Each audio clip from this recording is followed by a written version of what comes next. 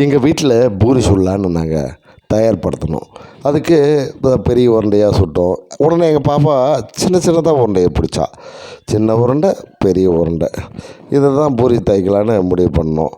இதுக்கு பாருங்கள், நான் பெரிய உருண்டையை தேய்க்கிறதுக்கு இது பூரிக்கட்டை, அதே சின்ன உருண்டையை தேய்க்கிறதுக்கு எங்கள் பாப்பா ஒரு பூரிக்கட்டை, ரெண்டு இதுக்கும் தனித்தனியாகவே தேய்ச்சோம். எவ்வளோ சின்ன சின்னதாக அழகாக இருக்குது பாருங்கள். இது நான் பெரிய பூரி தேய்ச்சது, எங்கள் பாப்பா சின்ன சின்ன பூரி, இதையும் தேய்ச்சி வச்சுக்கிட்டோம். சின்ன பூரியை பொரித்து எடுத்த உடனே சின்ன பூரி இப்படி இருந்தது. பார்க்குறதுக்கே ரொம்ப அழகாக இருக்குது பாருங்கள். ஆனால் உருண்டை உருண்டையாக வரல, கொஞ்சம் சப்பட்டியாக தான் இருந்தது.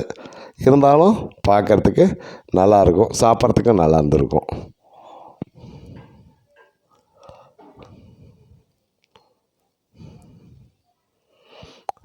எவ்வளோ அழகாக இருக்குது பாருங்கள், நல்லா செவந்து.